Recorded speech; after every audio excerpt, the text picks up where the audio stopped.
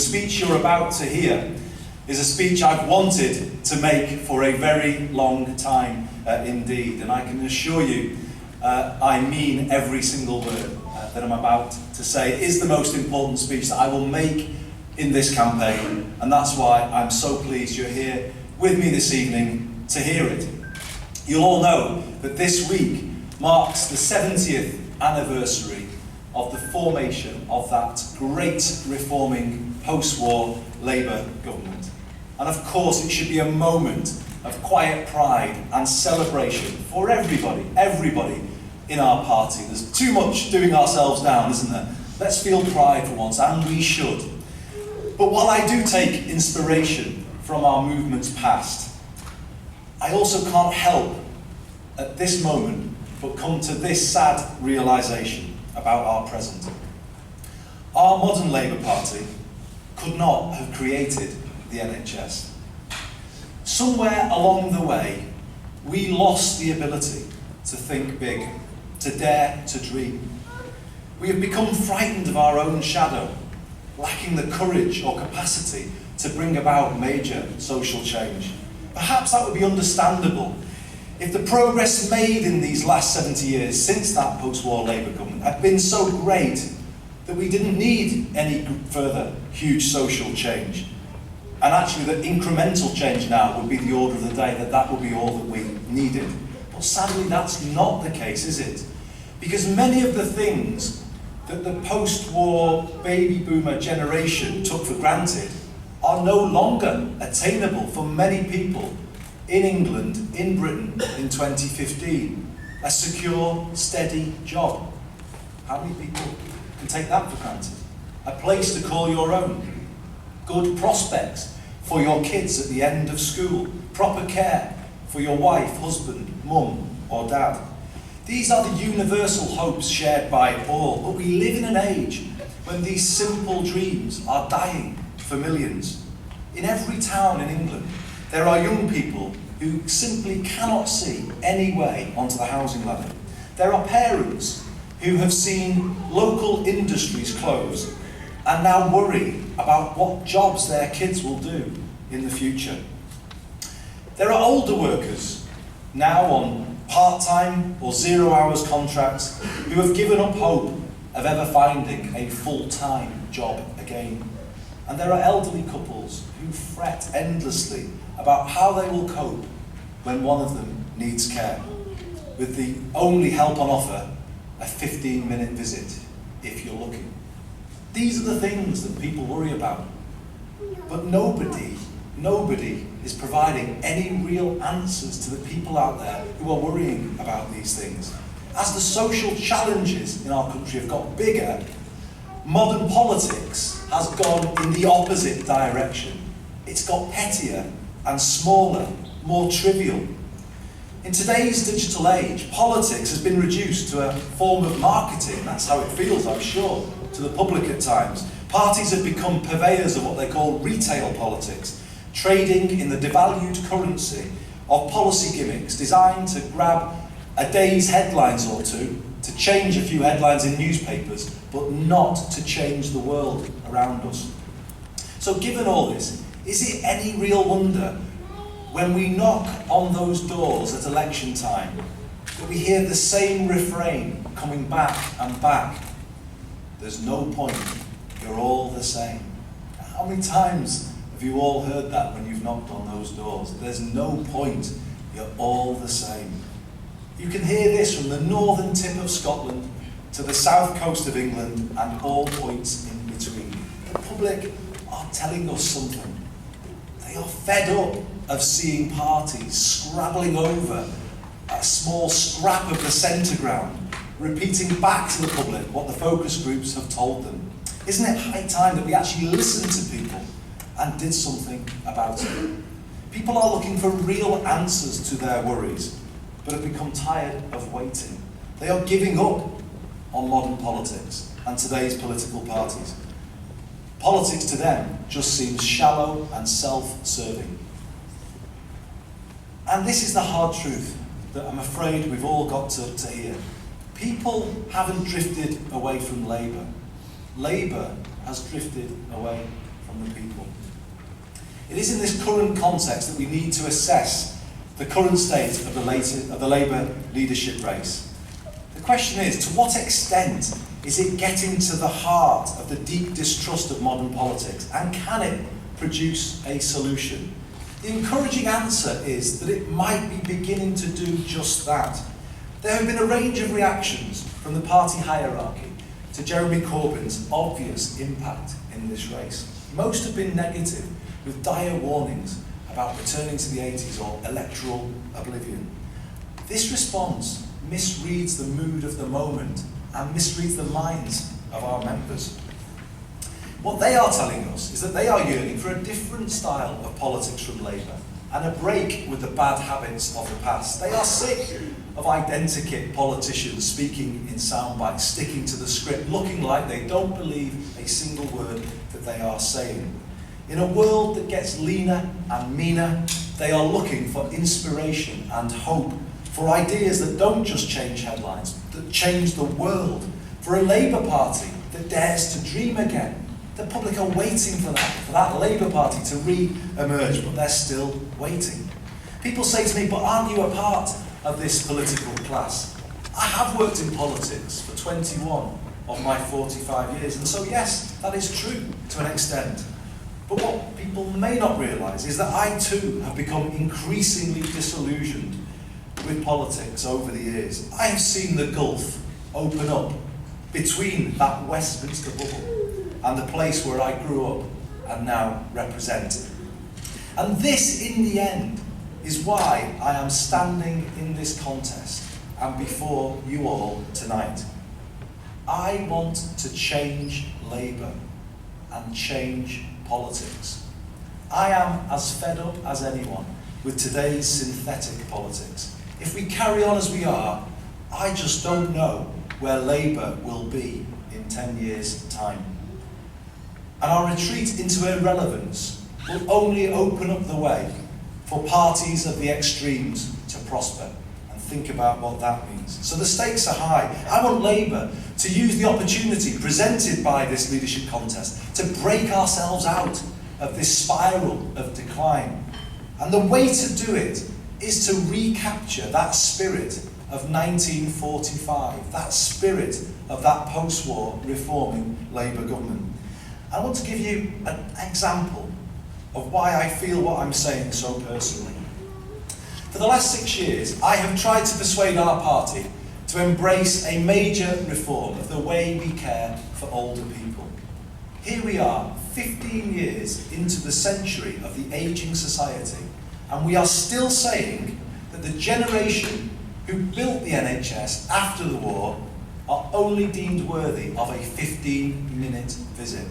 We are still saying to people who work in care that looking after someone else's mum, dad, brother, sister is the lowest form of work, lower than the minimum wage because you don't get paid the travel time between those 15-minute visits. And we are still saying to the most unfortunate amongst us, those with the highest care needs, that it is acceptable for people to pay for their care with everything that they've worked for, home, pension and savings. Didn't the Labour Party create the NHS in the last century to free people from the fear of medical fees? So why is the Labour Party of the 21st century standing by while people with dementia are not just wiped out physically by their condition, but financially too? This is one of the major injustices of our age. How many more people are going to have to suffer that indignity before Labour is prepared to act? I have been on a mission to reform social care in England ever since I saw my own grandmother go on a depressing journey through the care system some 15 years ago. She was so proud to have escaped inner city Liverpool and bought her own semi-detached house. So determined to pass on what she had built up to me and my brothers, and so heartbroken when it was all washed away by the costs of her care. Going forward, How can we protect others from the same fate? How can Labour help people fulfil their basic human instinct to pass on what they have to their children and to their grandchildren? I am determined to make the Labour Party the party that helps everyone protect what they've worked for. And I believe the only way we can do that is to extend the NHS principle to social care, where everybody is asked to make a contribution according to their means, and then when everybody can have peace of mind, knowing that their care needs and those of their family are fully covered. And yes, let me be clear, I would have to persuade people of a difficult financial change to bring this about. And this is where the modern Labour Party has backed off, fearing difficult headlines in the Tory papers. But that timidity of modern politics is leaving a broken care system in England in place and allows and stands by as many more family homes are sold off, like my grand's. I believe Labour needs to rediscover the self-confidence to make a big argument and stand by it. It's time to trust the people. If what we are saying is right and provides people with a real answer, then they will support us, whatever the media says. On care, our case is quite simple. Would people prefer to pay what in effect would be an insurance payment to allow everyone to protect what they've worked for? Or do people want to stick with the status quo of entering later life with everything on the roulette table, home, pension and savings, and just take their chances? I remain utterly convinced that we can make this argument to the public and win it.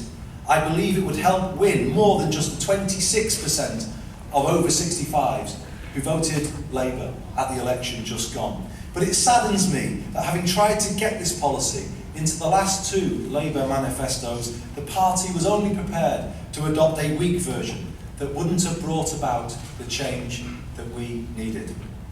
But I am never going to give up on this. Never. Indeed, I've concluded that the only way to achieve it is to become leader of the Labour Party. So, here I am.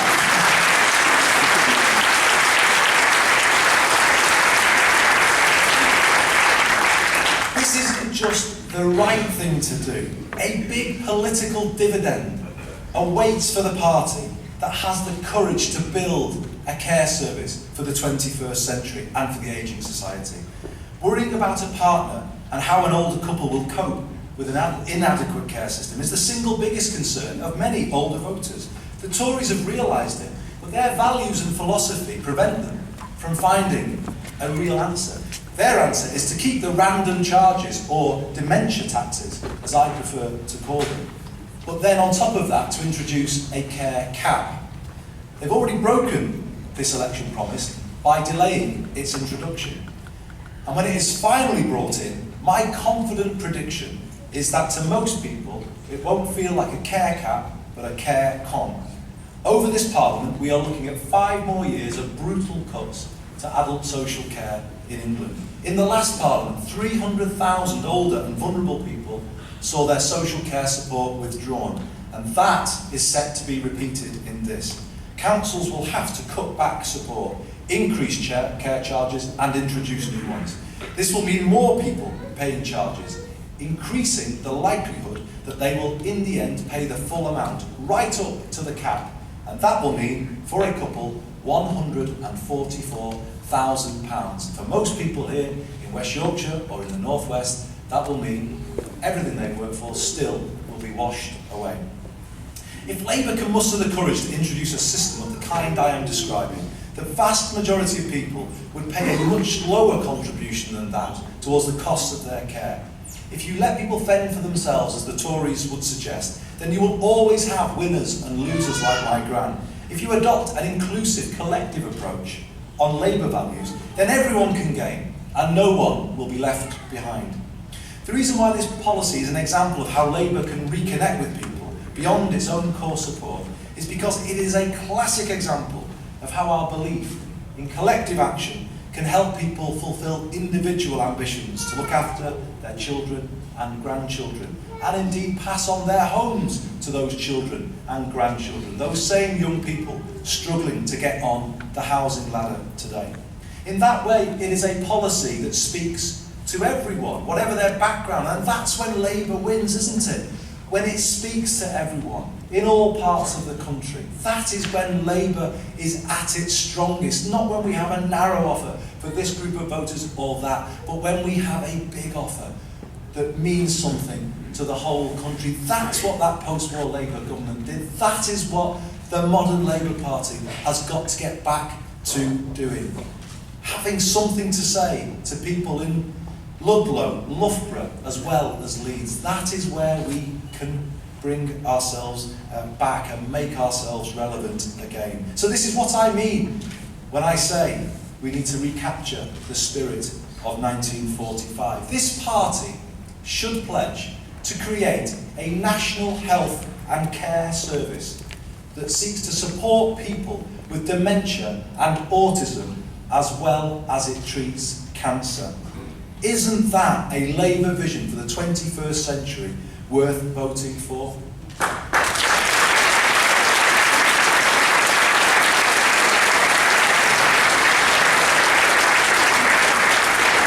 I happen to think that it is. And isn't it something that people who used to vote Labour, or indeed have never voted Labour, might even get behind? I think so too. The point I am building to tonight is this: if you elect me as your leader, I can assure you that Labour will fight the next general election on a very different manifesto. It won't be a long list of detailed policies as we've had a habit of doing. Instead, it would contain a smaller, much more ambitious bunch of bolder policies that speak to people's innermost worries and tells a simple story, how Labour once again will be the party that helps you and your family get on in life, the party that can revive those dreams I mentioned at the beginning that have died for millions. To provide a flavour of what I mean, I'll next week send out my manifesto to all members with the theme of Labour as the party helping everyone get on. It will pull together the threads that I've laid out in this campaign, all bigger ideas than Labour has been putting forward in the recent past. So it will start with a commitment to building a truly comprehensive education system for the 21st century, one that gives equal priority to children who want a technical education as those on the university.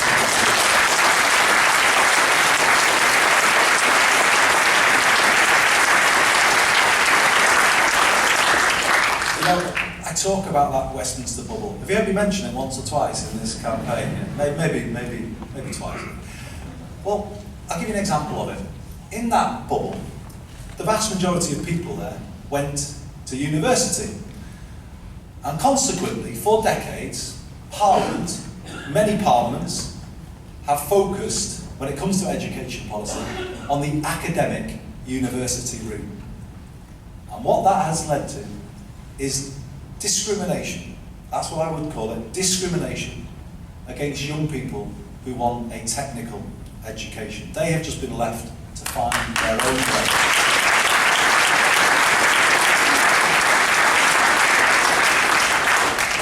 And that is the kind of change I'm saying that Labour needs to make, because those kids belong to proud Labour families who are looking for our party to offer them hope, offer them a future, and we haven't been doing it. And we've got to start doing it, because those kids are leaving school without hope, and we are letting them down. So I'm going to propose in this manifesto a UCAS-style system for apprenticeships, like universities have. A system where all the apprenticeships all over the country will be put on that system, the clearinghouse system. And I'm not talking, by the way, about 6-month apprenticeships. I'm talking about proper apprenticeships, 3-year, level 3 apprenticeships.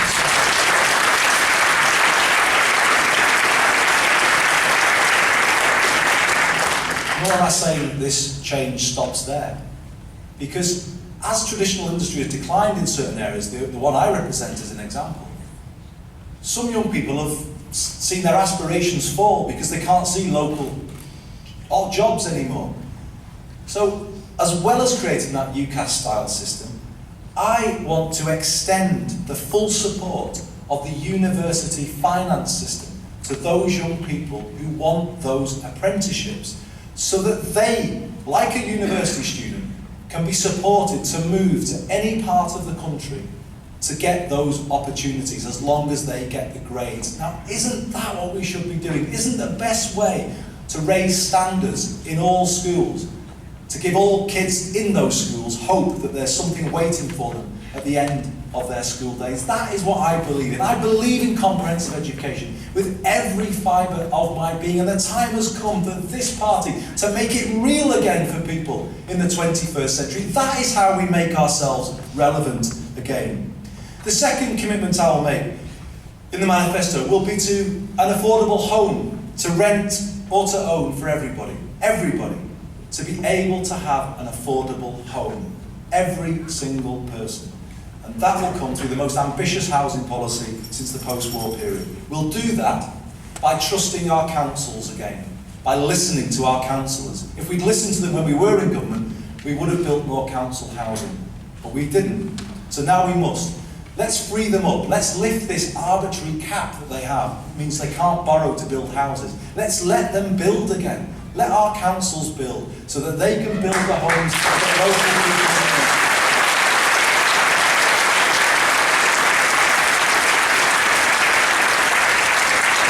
Allow them to build more council housing, and also to pilot new schemes, new forms of tenure, like rent to own, so that the young people, many of them in this audience tonight, great to see them, that they can have help to get on the housing ladder without having to find a deposit that is beyond them. That is what we need to do. That is how we need to speak to a generation who today are losing hope, who must watch the television and think no politician is doing anything to help them in a world that's suddenly got much, much harder for young people to make their way. Aren't they going to just turn off politics completely if they think all that Westminster does is take away whatever little support they have? Of course that's going to happen. And we're going to be the party that gives them their hope back.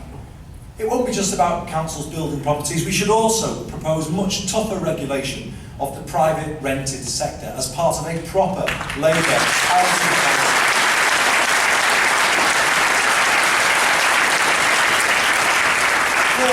It will commit to a secure, well-paid job for everyone by extending the national living wage to all ages, not starting at 25, because that is only going to cement the idea of a two-tier workforce and make young people feel even more resentful to the way things are. And further, I will propose the abolition of the youth rate national minimum wage. An hour's work deserves an hour's pay, whatever age you are.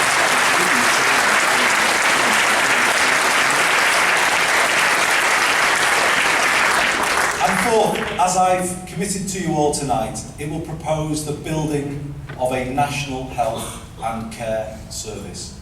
Still, our party's finest achievement. Let's make it even better for the 21st century. A health service that can look after one person and all of their needs, physical, mental, social. A health service that starts in the home and supports people there where they want to be. Doesn't leave people unsupported and then at risk of drifting into hospital. That's a Labour health service of the 21st century, and that is what this party should be committing tonight to building. These are some of the fundamental changes this country needs if it is to lay the right foundations for a prosperous and secure 21st century. They are an investment in this country's future. To look at how they can be paid for and to ensure fairness across the generations, I will appoint a Beveridge-style commission as leader of the opposition.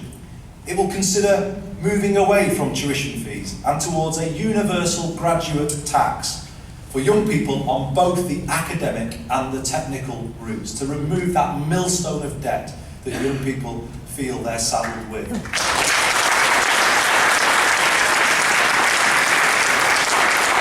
It will look at new ways of paying for housing to get people on the housing ladder, and it will consider the options of paying for social care, including a new care levy. I will establish a broad-based inclusive commission because I want to build a new social consensus about how, as a society, we're going to pay for these crucial things.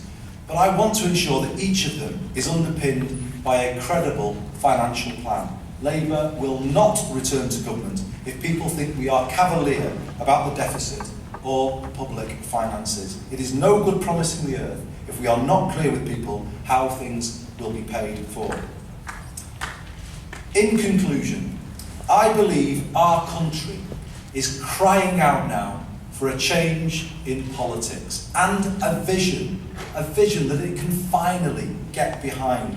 Life is getting harder for millions. A whole generation is in danger of being left behind. People in their 70s and 80s are beginning to fear what a longer life and old age might mean. I believe what I am outlining to you all tonight here is the beginnings of a Labour vision for the 21st century. I am determined to make this leadership election a turning point for Labour. We can't carry on as we are. It is time to be as bold in this century as we were in the last. On this special anniversary, let's vow to recapture that spirit of 1945. Let's dare to dream again, show how life can be better tomorrow than it is today, and provide something in very short supply in this country right now: hope. Thank you very much for listening.